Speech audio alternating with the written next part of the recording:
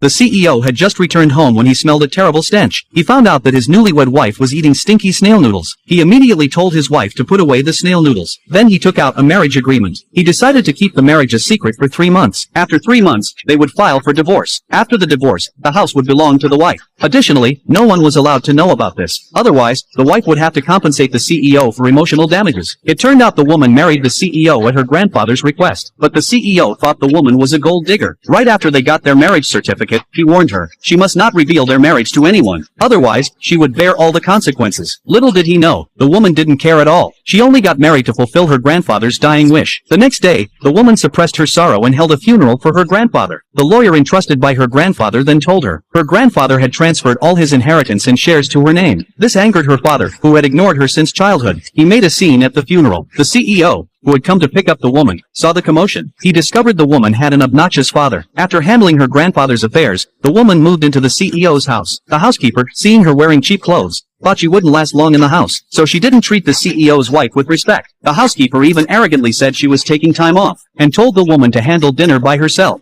So the woman was left eating snail noodles alone at home. Unexpectedly, the CEO suddenly came home. She was so startled that she hurriedly put away the snail noodles. The CEO handed her a marriage agreement, saying that they would get divorced in 3 months. The woman was furious when she saw the agreement, because she wasn't after the CEO's money at all. After all, her grandfather's inheritance was enough for her to live comfortably. So she signed the marriage agreement, planning to peacefully get through the next 3 months. One day, as she prepared to go to work, her father came to the door again. He demanded that she transfer all her grandfather's inheritance to him. The woman thought about how he hadn't fulfilled his responsibilities as a father all these years. And even worse, he had caused her mother's death. The woman refused to give up the inheritance. Her father was so angry that he tried to hit her on the spot. Fortunately, her colleague arrived in time to stop him. Her father didn't want to make a public scene, so he left in a huff. But her greedy father didn't intend to give up so easily. Encouraged by her stepmother and stepsister, he hired some thugs. They planned to teach the woman a lesson. The woman was already a black belt in Taekwondo. She easily beat them to their knees, begging for mercy. This scene was coincidentally witnessed by the passing CEO. The CEO's friend became interested in the woman. He wanted to ask her for her contact information, but the CEO stopped him, saying she wasn't right for him. The friend thought the CEO liked the woman. The CEO kicked his friend out of the car. At this moment, the luxury car the woman was driving made the CEO suspicious. He ordered his assistant to investigate the car's owner. Back at home, he felt inexplicably uneasy. He, who never ate at home, even asked the woman to cook for him. Watching the woman busy in the kitchen, his mind was already in the clouds. The assistant found out who owned the car. It belonged